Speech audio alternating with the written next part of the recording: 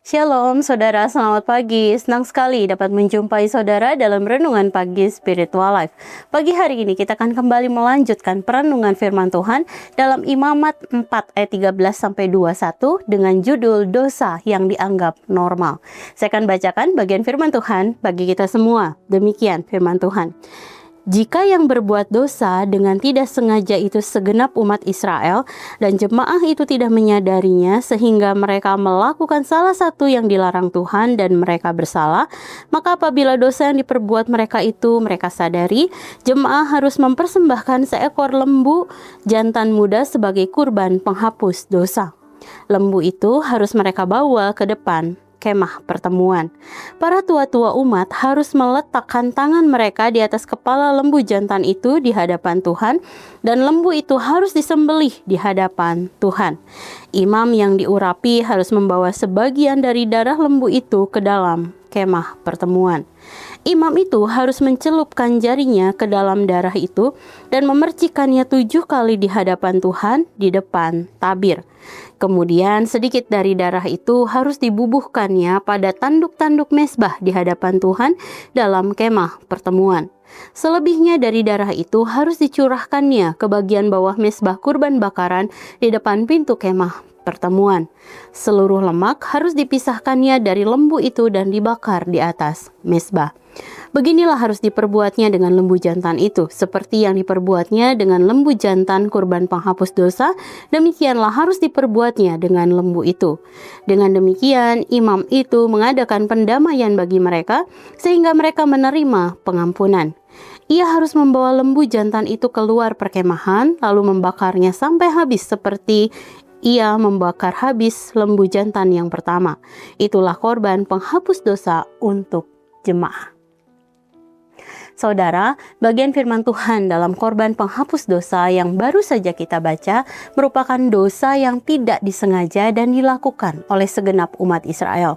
Ketika teguran secara umum dilakukan oleh imam sehingga mereka menyadari dosa, maka mereka diwajibkan untuk mempersembahkan seekor lembu jantan muda sebagai korban penebus dosa. Korban yang dibawa ke depan kemah pertemuan kemudian akan ditumpangi tangan oleh para tua-tua sebagai simbol pemindahan dosa kepada korban. Imam besar kemudian akan menyembelih korban tersebut, lalu darahnya akan dipercikan 7 kali di hadapan Tuhan.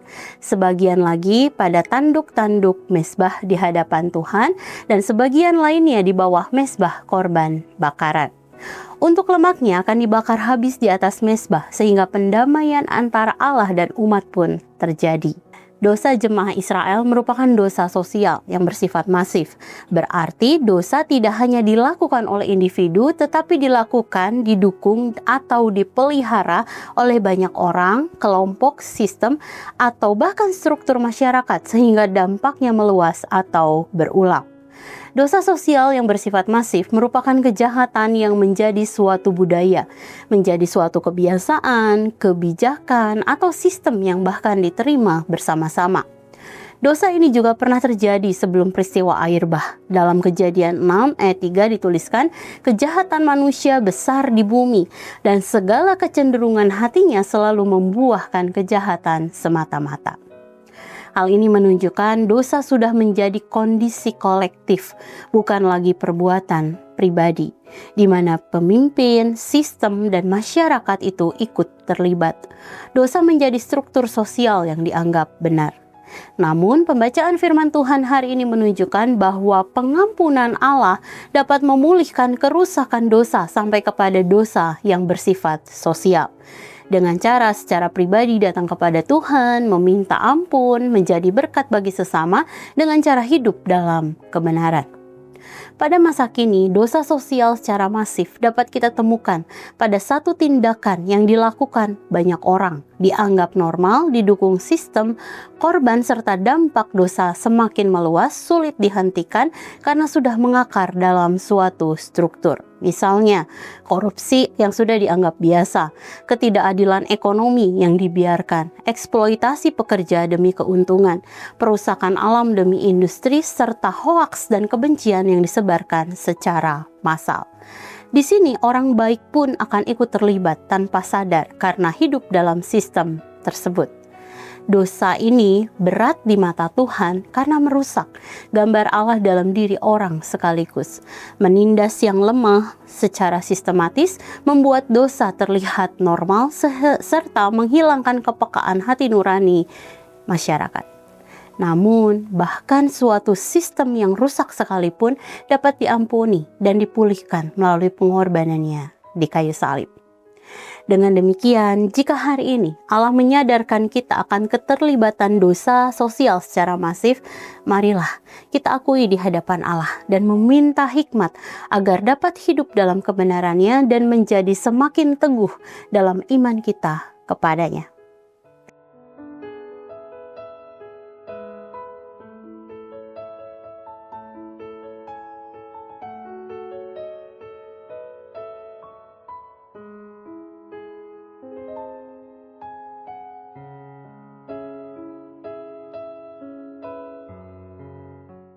Demikian firman Tuhan hari ini. Mari kita berdoa.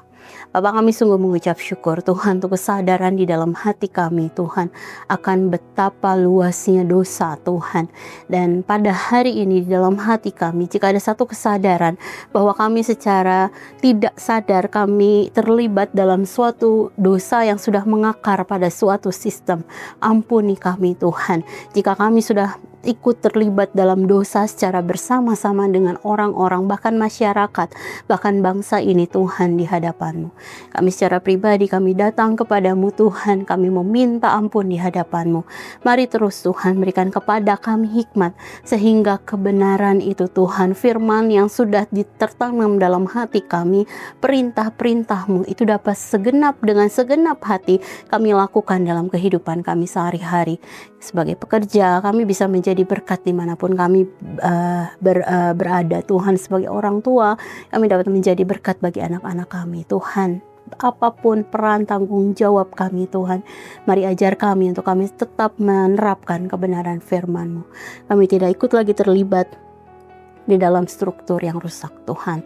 Kami mau serahkan kehidupan kami dalam tangan kasih-Mu.